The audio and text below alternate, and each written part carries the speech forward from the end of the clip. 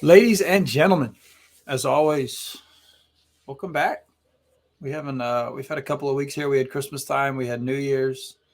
Tim and I have been off gallivanting. He came down to the greatest land of all, Florida, for a little while. I was in the frigid tundra of Maine for Christmas time, so we've had a little hiatus, but we're back for episode 17 of the Golf Strong Project. Tim, what's up? Nothing, man. Yeah, a little holiday break, ready to get after it today. We reversed roles for a little bit there. I got some sun and heat. You got a little snow. So You can keep we're it. yeah. I don't want it either. So we got to find someone else to take it. Hey, man, I made the offer. Florida's waiting. You did. We're working on it. We're working on it. All right, all right. Just let me know who I got to talk to. If I got to talk to Nona, if I got to talk to the wife, I just feel like I've got all these people I got to get connected to. Yeah, there's a long list. I'll write it out. I'll send it over to you. You can The start checking large them off. Italian family. Yeah, you'll start crossing the names off. It'll take a little time, but you can get through them. It's okay. I'll set up some phone calls with them. Like, all right, listen, what do I have to offer you? Yeah. What do you need? What's it I gonna know take? I know our Italian food might not be up to snuff, but it's a great opportunity to start a restaurant. There you go. Hey, that might work. That might work. Rivottos, come on. I might eat there. I might eat I'm thinking like risottos. I would eat at. but that's not risotto's not a person. It's true. There's no. I mean, if there's an Italian with actually, there probably is an Italian with the last name Risotto. Hence where it came from. Maybe I mean, there's got to be. There's got to be. I don't know. Anyways, what's up with you? Damn. What's new with you in the new year here? Nothing, man. We've been hustling. Been working. Been cranking away. Got some fun stuff going on with the at Sawgrass and playing some golf. And schedules have gone crazy and changed. And otherwise, that's really getting ready for football this weekend. Pat's got a big one. We're going to go play a 1-degree game here in Buffalo. So, Yeah, I'm a little bit nervous. Although that last game against the Dolphins, like last game of the season, historically is not great, but not feeling very hot coming off of that game. Yeah, but I think it's okay. I think they'll be all right. I got faith in Mac and I got faith in Bill. Yeah, and playoffs is a different landscape, right? Playoffs is a totally different landscape. It's Bill's land. That's where he reigns. There we go. He reigns supreme. Like it's good. I don't know where my bets are going to be this weekend though. I'm struggling. We were talking the other day. My godfather's like dead set. He's like, yeah, I'm picking the Bucks in every category with the Eagles. I'm just like, God, I'm so nervous about that game. That's tough. Tough to put a lot of trust in the Eagles. And even the Bucks have been kind of mediocre recently, though. You're right. Although again, now we're got like playoff Tom Brady, so it's Tom Brady time. Yeah. God, it's so painful to say. A lot of good games, though. I mean, the NFC games are awesome. You've got like NFC. Dallas Niners, Rams Cardinals is the Monday night game.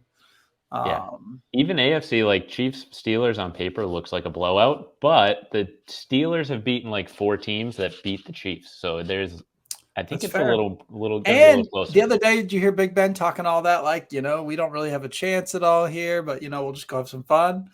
Look at you just poking, just trying to poke the Chiefs. I guess as long as Jackson Mahomes doesn't like show up and act like an idiot, it'll be fine. Well, that's guaranteed. So. What a mess. Speaking of craziness, 34 under? Yeah, man. Cam Smith, holy shit, huh? 34 under. Yeah, and he was featured all week. I know TPI's been pumping him big because he did a lot of off-season training, working on the body, getting stronger. Of course, love to see it. Of course, TPI floated that. Yeah, of course. Every trainer in the world. Although we shouldn't talk, both of us are too. But yeah, both of us are in the mix too. But hey, the video they posted was he was doing some heavy back squats. He had a couple plates on there, so I'll take it. I did like that. Yeah. I should have sent that out to everybody. Yeah, it was good. The days of doing nothing and playing golf are essentially over. Yeah, you just can't. You're not going to keep up. You're not going to stay out there like. How many weeks do they even have off? I think like 4 weeks in the whole year. So, maybe. I mean, you're not playing every week, but you're playing like 35 tournaments. You have to do something. Well, and you're cutting in and out of tournaments. I mean, I think that's one of the reasons why people don't like this Dubai thing. Yeah.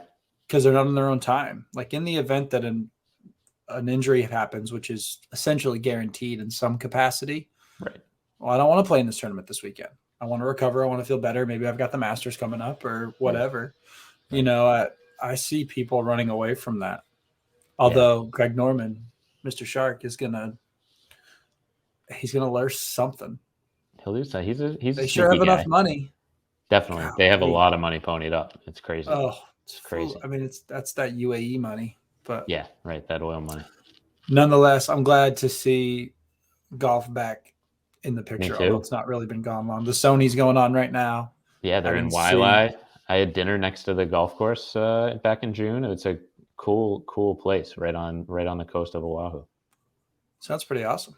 Yeah, it's beautiful. Love I to wish go I could play have there. played. I know. I wish I could have played, but maybe next time. We got to become more big time. I think we're a little low on total poll. Yeah, when there were like $30 million homes next door to the golf course. It's like, okay, I don't belong here. Hey, but you never know who you're going to meet. Anybody listening to this, if you happen to own a $30 million home off of the coast of Oahu, we'd love to just come hang out.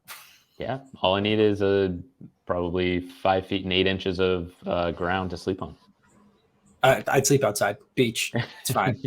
Doesn't matter. Can I put my clubs inside the garage? But otherwise, I'm good to sleep right on the beach. It's fine. It's whatever you need. The other thing. Do you see the Netflix series too? They released the list of guys. That are gonna be on it. Yeah. I'm excited, but I'm also kind of pissed at some of the choices. I'm not a big fan of some of the choices. Well, come on, you can't just say that. Name names. We got boring. We got. I mean, Kevin Na, boring. I don't know. He walks in putts, but he's boring. Bubba Watson, I've had enough of Bubba. Like he's. There's been a lot of Bubba because they had the whole thing about like the mental aspect for him, and yeah. He's had a lot of press. So he does a lot charity wise and that sort of thing. So that's fine, but it's like I've kind of had enough. I know what you're gonna get with Bubba. Tony Finau, Tony Finau's a nice guy, like cool guy, good golf, but like kind of boring. Cameron Champ, kind of boring. Like, okay. All right. So I don't know. I think there's some other, but I love Joel Damon. He's fucking awesome. Love Harry Higgs. He's awesome. Higgs should be the leader of that series. Yeah, I mean they should just follow him around every. They should just follow him because he's hilarious. Yeah, he's the best. Speaking of someone who I don't know how much he gets in the gym. I don't know how much he works out, but he to me is like little John Daly with less drug problems. Yeah, a stable John Daly. A stable John Daly. It's saying something. It is. But he is. I do like him. I feel like Finau might be fun to follow. I don't know. I've seen him like Cat Daddy and at some like I mean, he's rocking the shorts and he's got like, you never know. He's got the other ones you mentioned, I really can't disagree with. Yeah, I'm just kind of like, they don't really move the needle. I could see other people that I would love, much rather watch. Yeah, what was the total number? It's a lot of guys. It's like 20 maybe. I don't have them listed out number wise, but yeah, it's a good like 15 or 20. I thought it was like a good group of people. Star-studded cast. That's it. Star-studded cast. It's the funniest thing. The development, the play. Tell me the players. Okay, Abraham Answer. Yep. Daniel Berger, Cameron Champ, Joel Damon, Tony Finau, Matthew Fitzpatrick, Fleetwood, Ricky Fowler. I mean, Ricky, fantastic. Yeah. Sergio. Sergio might be fun because he could be. See him like go off the rails a couple of times and freak out on some people. That might be awesome. Harry Higgs, Max Homa, Hovland. I mean, DJ. That's gonna be fun. That's Koepka, fun. Morikawa, I don't know. Yeah, meh. Like maybe like in more like intimate things, he's real funny. I don't know. Kevin Na, Mito Pereira. Yeah, I just don't know anything. He's from like I think Colombia or Mexico. He's from a South American country. I was gonna say I thought Poulter was in there. Yeah, that'll provide some entertainment. I think Schauffele's probably gonna be pretty fun. Yeah, if you get his dad, you're gonna get his dad in the mix. His dad's an awesome personality. His caddy, that'll be fun. And you got Spieth, Thomas, and Watson.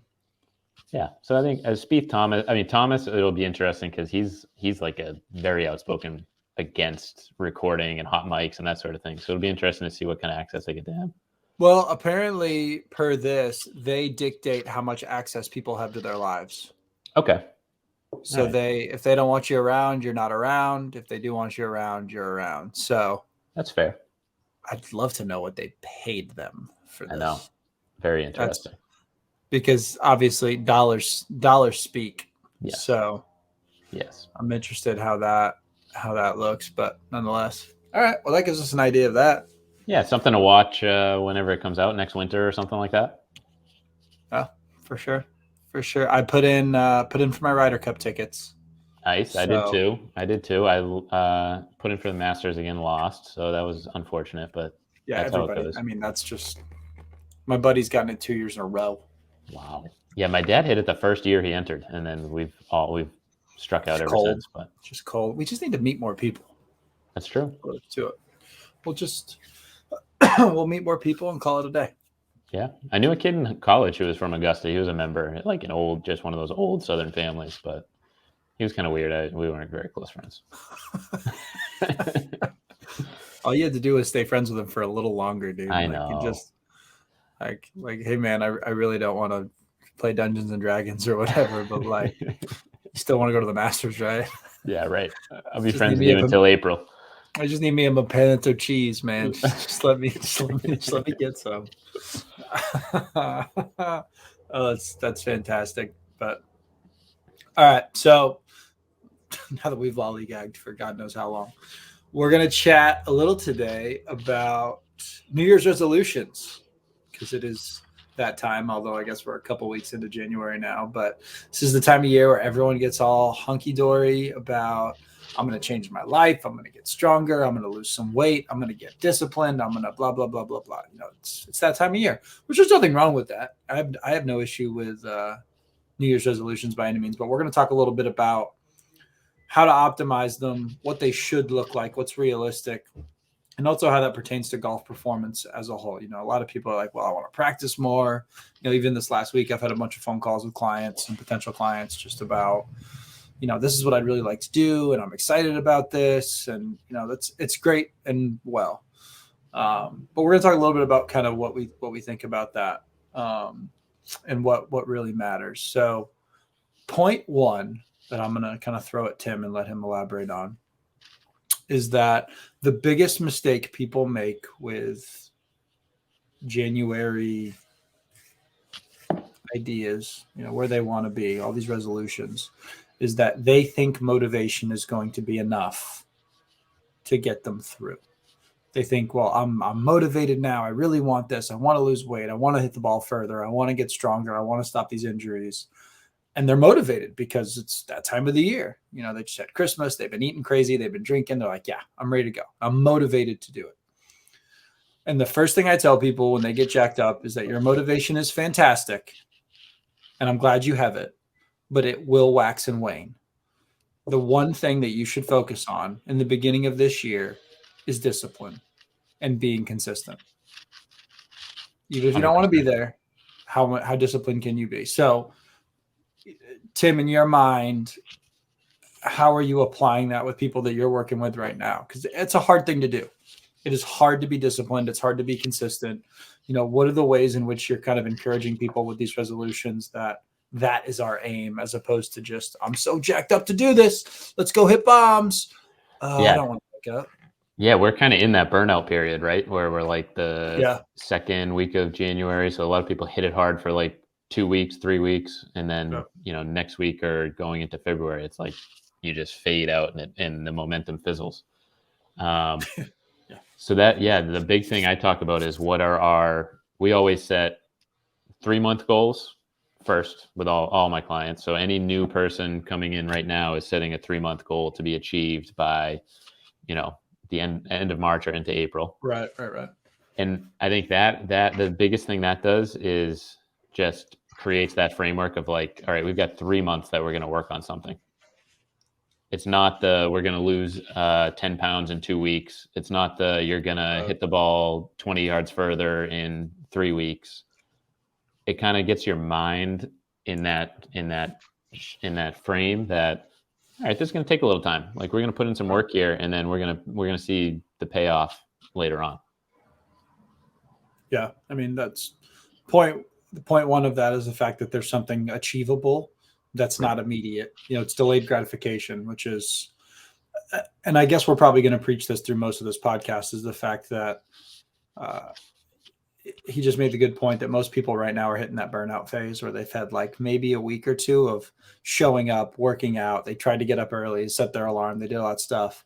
And now they're kind of like, I wouldn't mind sleeping in this morning, or, I just got back late from work and I got stuff to do. And you kind of hit that plateau. But knowing that you have something that you are accountable to in 3 months, those 3 month goals, is one way that we're trying to keep you on the straight and narrow. And the only way that you achieve whatever that goal is, let's say it's club head speed. I'm at 98 miles an hour right now. I'd really love to get to like 102. Okay, that's fine. How do we get to 102? What's that look like? You've got to show up every week. You have to be consistent. And I've found that actually keeping those at the forefront of every conversation every week helps. Like when I'm doing a weekly check-in with a client, I'm talking about, hey, did we do what we needed to do this week to achieve that 102? Right? Or did we not? Did we fall short? And what do we need to do to fix that in the coming week? Right. I've found that those weekly check-ins tend to be really helpful. So if you don't have somebody right now who's keeping track of your goals or helping you keep track of your goals, even if it's a spouse, maybe it's your spouse, it's your kids, it's a playing partner, one of your guys in your foursome or one of your ladies in your foursome, have somebody who's like, hey, are you sticking with what you're supposed to be doing? Are you going to the gym? Have you been, you set this goal out. Are you just okay with like letting it flush down the toilet? Yeah. And that stuff does happen, right? Like life gets busy, you get stuck at work late, or you have to go to a, work dinner or something like that. And people miss workouts. We all do it. It's all about making sure that one missed workout doesn't become 8, and then you're 3 weeks out and you're like, oh man, the wheels kind of fell off of this one. That accountability person is so key. And like you mentioned, it can be anyone. It can be your trainer, it can be your spouse, it can be your gym partner who's just, a guy you met in the gym and you guys have become friends. But that having someone to share in the wins when you do get in the gym and you do complete those workouts, and then people that are going to hold you accountable and say, hey dude, I thought this was something you were trying to accomplish. Yeah, that's 100% the Big. truth. And for me, when it comes to especially people right now that they get into these resolutions, and they're people that have always done the up and down, like they'll commit to something and then they go away. They commit to something and go away. And arguably that's most people, right? Most people do something for a while. It's like the same people that were like, hey, I paleoed for 30 days Right. and, I did all of that and I did Whole30 or whatever. And then I got off of it and then I gained some weight back. And it's always that up and down.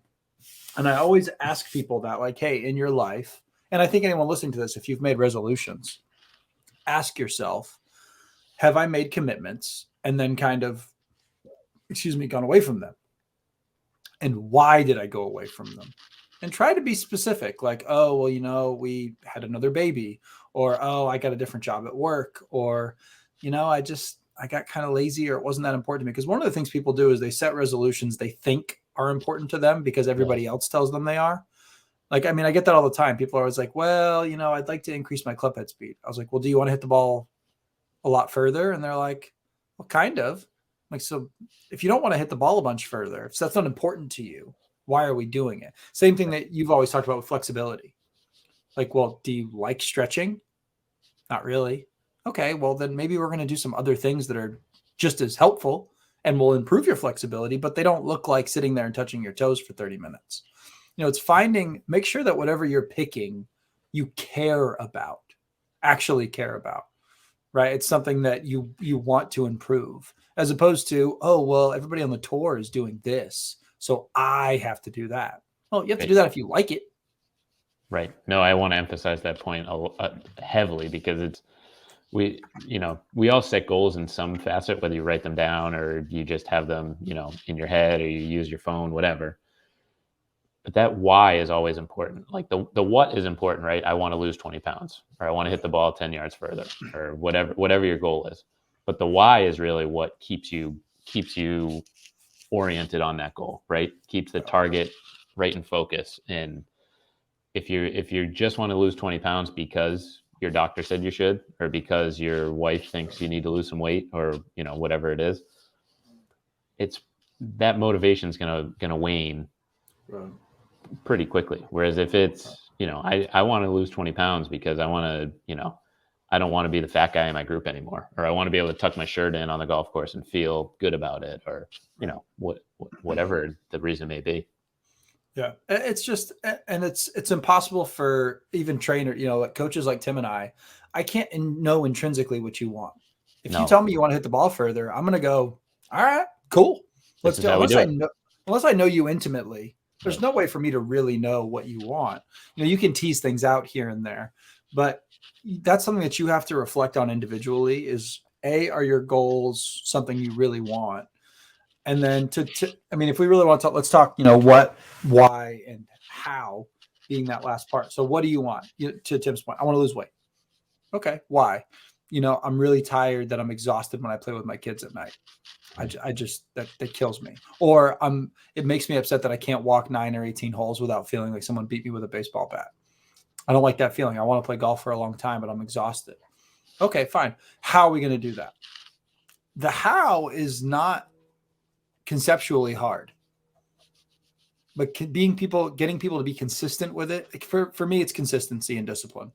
If you don't have those two things, you can't achieve anything that is beyond mediocre. Absolutely. In my mind, you have to show up. Yep. And if it's at the same time every week, maybe it is, maybe it isn't. I like to be flexible with people. Like I've got a guy right now who's a CEO of several companies, and some faster than another. I feel like his hands are in everything.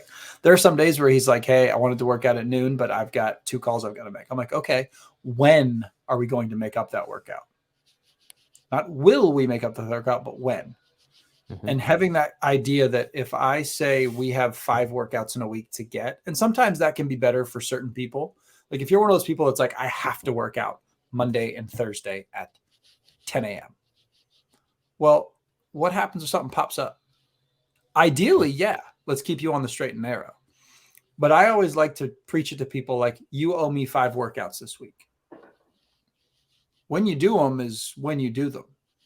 You got to do them 5 days in a row. Hey, you got to do them 5 days in a row. If you get a little break there, a little break here, it is what it is. But I want there to be like a weekly goal sometimes. And for those of you listening, sometimes that can be a nice little thing. Like if we're using the, physical activity guidelines, you need at least 150 minutes of aerobic activity a week, right? At the very bare minimum. Right. If you hit that in a week, I'm happy. Even if you happen to do it at 150 minutes in a row, again, that's not ideal. But as long as you hit that number, we can check that box for the week. Mm-hmm. It's just consistency there. That's it. That's really what it comes down to. So I'm curious, do you have any thoughts as far as how you help people develop that consistency, or how do you help people develop that consistency? So for me, this is twofold. You do have to get a feel for the person's personality. Totally. I think we discount that too much as coaches. Bartholomew's book there, Conscious Coaching, I think does an excellent job of delineating the different kinds of athletes that you can deal with and people you can deal. You've got these leaders, you've got the loud, you've got the quiet, you've got the statistical people, you've got the feel people. In golf, we can see that all the time. You've got like these DeChambeaus who are like number, and then the Tigers of the world who are like, I just feel it out. Right. Exactly. Not that they don't use similar things, but they just have different personalities. And so I think for every client I have, I may approach it differently based on what I know makes them tick. But really, to me, the biggest thing is that I exist in their lives. Not that I'm the reason they're succeeding, but I'm that accountability coach. Yeah, you're that angel on the shoulder, and devil for that matter. Devil. Yeah, or devil's advocate. Yeah. Like I'm there being like, hey, this is what you should do, and the other one's like, hey, but if you don't do this, you could sleep in right now. You could do this, and whatever it ends up being. But to me, that's the number one thing. The way that I get people to be consistent is that I'm there. I'm checking in. Hey, how are we doing? What's going on? And the minute people stop responding to me is the minute I know they're done. Mm-hmm. I mean, you know this, like if you've got a client that you're coaching remotely and you've sent them like, hey, love to set up a phone call. You know, these are my times available. What works for you? How are we doing? What's your golf game like? And it's just crickets. Crickets, yeah. I'm like, okay, this person's out. Right. Or they're I don't know what the reasoning is because I literally can't speak to them. I can't get a hold of them. I mean, I've had people do that in person and remotely. They just stop showing up. Yeah. And I usually No, and you have go to ahead. show up. Yeah, you have to show up if you're trying to make change. So. Right. And so to me, that's, you know, as much as we try to do for people where we're like, hey, I'm gonna be here. You're accountable to me. Sometimes people are just like, I'm just gonna flake. And I can't fix that. I can't, you know, I can do everything I can. I can only meet you halfway. I can't carry you to the water or the promised land for that matter. I can show you how to get there. That's our, you know, we're travel guides. I say that to patients and clients all the time. My job is to show you how to get up the mountain. And we're going to deal with injuries and we're going to deal with all these other speed bumps. And I'm going to detour you and we're going to figure out how to get there. And then when we get there, there's going to be another mountain that we have to climb. And we're going to be constantly finding ways. And those mountains are your goals.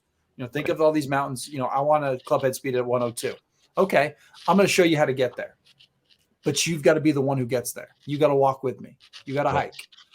Right. So for people that are really looking for that, that's what coaches are good at, or that's what good coaches are good at, is keeping you, holding your feet to the fire, saying, hey, this is what you want.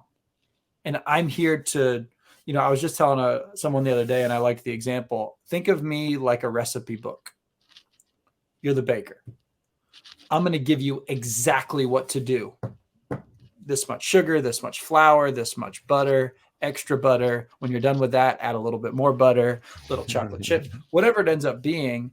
My job is to provide that to you and encourage you, but you have to make it. You have to create it, right? Otherwise, it never happens. I can't hand you better club head speed. I can't hand you better mobility, but I can give you the tools and coach you and be there and sit in your corner and be your rah-rah guy if you need it to create those things. So for me, being their accountability person makes a huge difference. Yeah, I like that analogy because even like you give the same recipe to different people to make the same cake and you're going to get 8 different cakes, right? Yeah. You know, they're going to all taste a little different, look a little different, rise higher, be a little flatter. Same thing with people, right? We talked about genetics a couple weeks ago. Like it's the same thing. You could do the same workout and 2 people get drastically different results. So it's more about putting in the work and then the results come as a result of that work. 100%. Oh, of course. And then the other key part to that I think people miss, one of the other perks of having someone who's coaching you is that's going to change as time goes on because people's lives change. Injuries happen, babies come, marriages happen, work's changing. Those things are going to be all over the place because that's just life. When you have someone who is that consistent voice in your golf and fitness world, in your health world for that matter, that doesn't have to fluctuate so much. So if you're like, hey, I'm going to be out of town for 2 weeks. I've got a business conference. I'm going to be gone. There's a hotel gym. What do I do? As opposed to that being a 2-week break or you just do some random crap that doesn't really do anything. Right. That part of your life is structured. So instead of you worrying about what I'm going to do, you don't have to. You just have to show up. As long as you show up, it's there. It's ready for you. You can just attack it, be done with it. And you're like, all right, well, that was easy. Yeah, I think that's the biggest mistake I see in people getting in the gym, whether they're just starting out or they've been, they've done it before. They don't have a plan, right? You walk into the gym and just stare at the machines and stare at the weights is like a recipe for disaster. Yeah. And it's not your fault for not knowing what to do or what to use or how to organize it, because that's why we study it for years and years and years and learn about the best way to do these things so that we can give you that plan. You tell us the goals, where you want to get to, how we can help you get there. We decide that together. And then you just walk in and you check the boxes, you do everything as you should, and you move on with the rest of your day. There's no extra thought, energy. It's just do the things. Yeah. And to that end, it's not much of a tangent, but having skin in that game matters. Like I know you made a Yeah. post a couple weeks back about like for $100 you can't get anything. Yeah. Like if you buy some program, like it's not designed for you and you're not committed to it. Like everyone's always looking for like the cheapest thing Right. that they Or can just like the free thing they can use and free on their thing. own. I want a free 2 week program that I'll just do for the rest of time. Right. And to me, when people feel that way, like my immediate thought is, okay, that's kind of a terminated position. I'm Yeah. like, they don't actually want the things they're talking about. They just want to talk about them. The people that are willing to put an investment into it, and matter of fact, let's do it like this. I hate doing like an hourly wage thing, but your average trainer in the country, just a personal trainer, right? Anywhere between $60 to $100 an hour, right? Okay. Yep. So if you go to the gym and you have no direction, you're just kind of there playing with things, you're not really doing a whole lot, you're not sweating very hard, whatever. And say you go to the gym 3 days a week, 3 hours a week, right? And you do that for 4 weeks, right? That's 12 hours or whatever. Okay. But you didn't really make any progress. You have essentially, I'm going to say, wasted 12 hours of time. Sure. Or at least not optimized. You've mediocrely. That's a new word. I like it. Mediocrely? I like it. Mediocrely. That's such a fun word. It is fun. Mediocrely. You have mediocrely done 12 workouts. Right. Right. And so whatever your time is worth to you, and again, I don't like that time for money thing because I think that's a garbage mentality, but most people function in an hourly wage mentality. So think about what your hourly wage would be. So say you wasted, I don't want to say wasted because going to the gym is better than not going to the gym. Right. But you've got to optimize your time in the gym. And you could have paid a trainer $60 for 12 sessions or for whatever it ends up being. And you look at that and you're like, that's not costing you anything to optimize your health. Like people are willing to spend ungodly amounts of money on garbage that does them no good. And you've just wasted time. Right. What does it cost? If your goal is to be able to walk around Disney for 3 days with your family without your back hurting and without feeling just totally drained, what does that cost you? Is that worth $3,000? Is it worth $50? Because if you're just going into the gym and wasting those 12 hours, right. You're essentially saying that means nothing to you. That's worth nothing. Right. Honest to goodness, I think it's because people like to say it because they think they need to say it. I would much rather people were like, this just isn't worth it to me. I've actually got a guy right now. I love him. It's a funny bastard, big Southern guy who's just like, I just don't give a shit about doing that. Yeah. I'm happy with how I am. I like to drink. I like to eat. I'll play golf. When I can't play golf, I won't play golf. I'm like, high five to you, bro. Like, as long as you know what you like, hey, all the power to you. But he's not, there's nothing worse than fake like virtue or like fake virtue signaling. I'd much rather have, I say this a lot, I'd rather have an honest asshole than someone who's fake and trying to be virtuous. Like, 100%. Give me the person who's honest. At least they know what they want, right? They're like, this isn't worth it for me. All right, cool. High five. Would you like to get some drinks? Let's get a cocktail and go play some golf. Exactly. As the people that are like, I want to lose 20 pounds. Oh, that's good. Do you really want to lose 20 pounds? Do you know what it takes to lose 20 pounds? Should you lose 20 pounds? Yes. For your health and well-being. Like the guy that I was talking to, should he be working out? 100%. But that's his choice. I think I'll force him. Right. I mean, it's all cost-benefit analysis, right? Like the cost is the work that you have to put in. The benefit is whatever your goal is on the other end. How, if you don't pay anything, you can't reap any benefit. No free lunch. And that payment isn't just money. Right. It's time, it's dedication, it's showing up, it's maybe trying to get to bed a little bit earlier. Maybe it's having a few less cocktails a week. Right. Exactly. But we have all the data. We know that by working out, your mortality rate goes, right down. You're going to live, pending any unforeseen circumstances, you're going to live longer. You're going to be healthier. You're going to have less injuries, right? You're going to have a better possibility of living. by just showing up and doing those simple workouts, taking care of yourself. But what's that worth to you? What's playing golf for an extra 10 years worth to you? Yeah. It's a fair question. I mean, I have asked that to someone before. It's like, what's it worth to you to actually be able to play golf again? Like people that have gave it up because they hurt. Like, what's it worth to you to actually put in the effort to make that happen? They're like, shoot, I'd sell my home to make that happen. Yeah. Like, okay, I mean, but you're not willing to spend X amount of dollars per month to do that. And they're like, when you put it that way. Yeah. I mean, that's what it comes down to.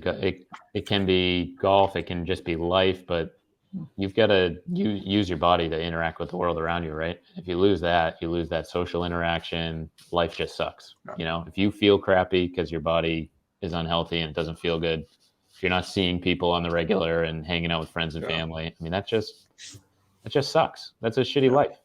So it is. And there's people willing to help you with that. 100%. You've just got to be willing to help yourself a little bit. They'll push you. I mean, that's what you and I do. Yeah. And I love it.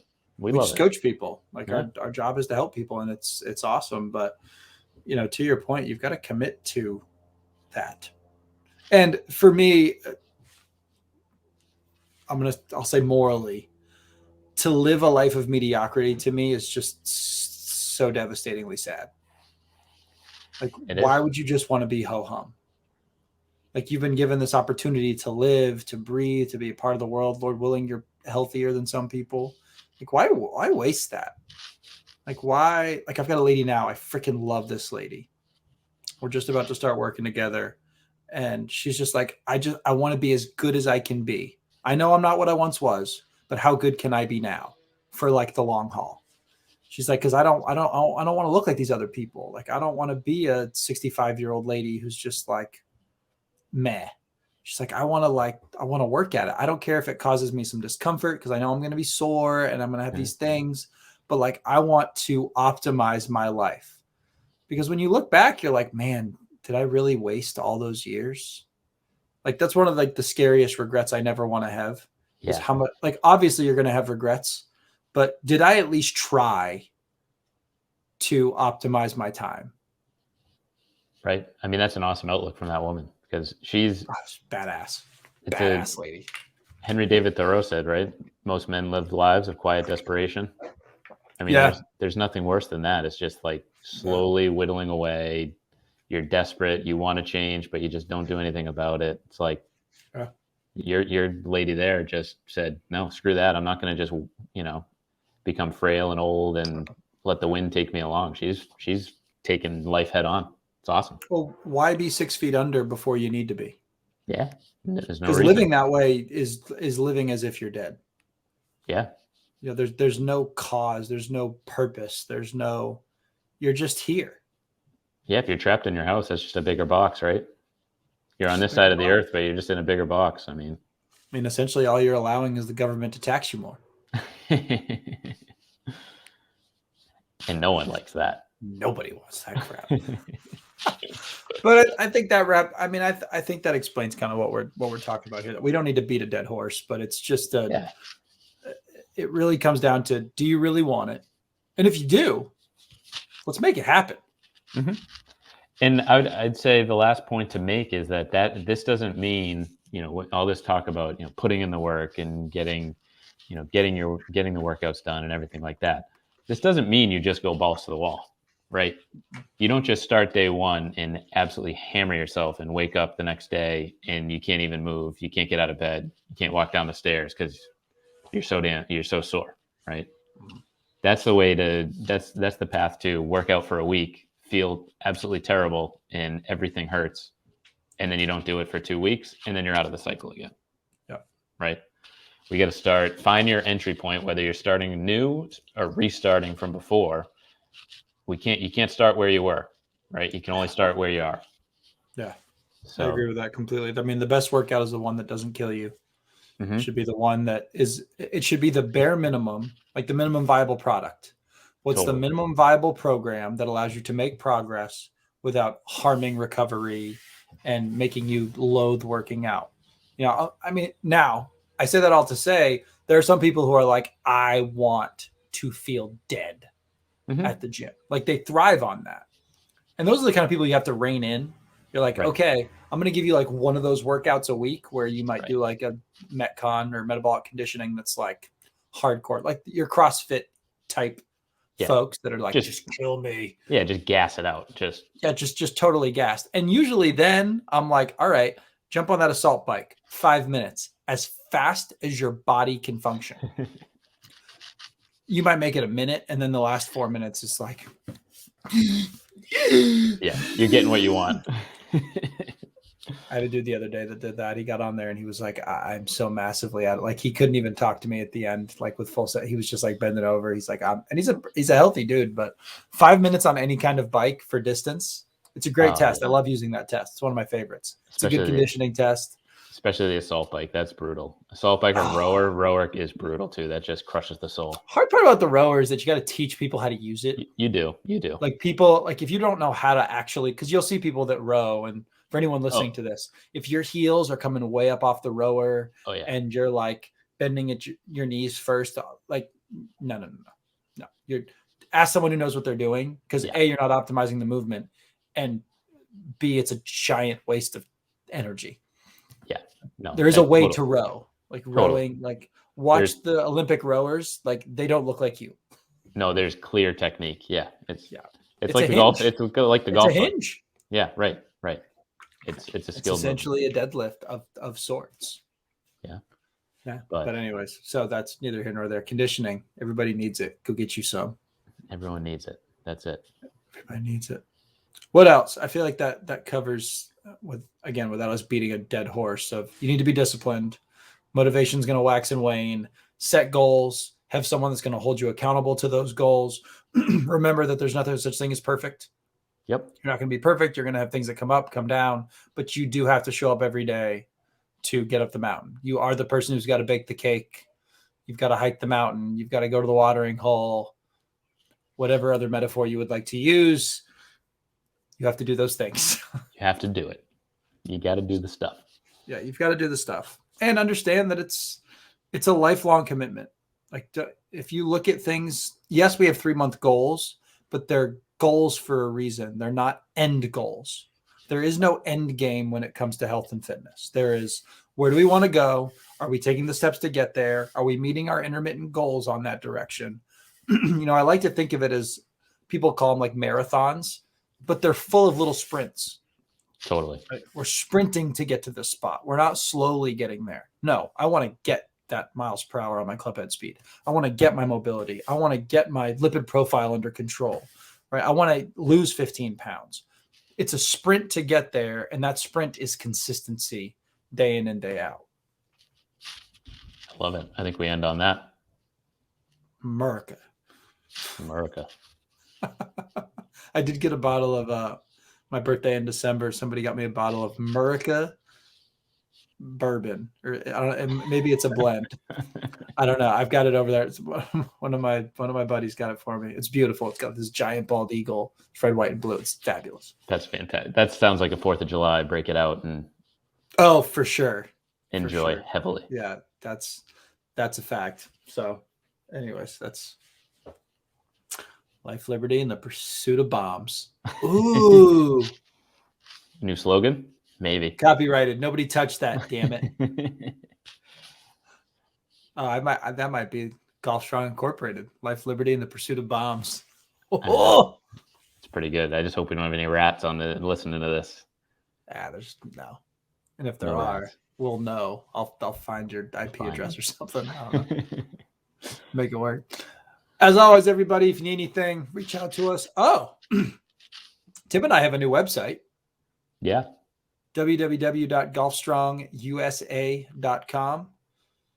golfstrongusa.com. If you need anything, go on there. Our emails are on there. Jackson at golfstrongusa.com. Tim at golfstrongusa.com.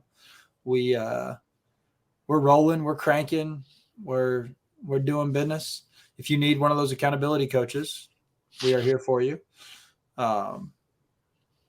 That's really it. But follow the socials, get some notifications, hit the bells and the subscriptions and all. I don't know how all that crap works on YouTube, all that jazz. And go play some golf this weekend. Have some fun. God bless. And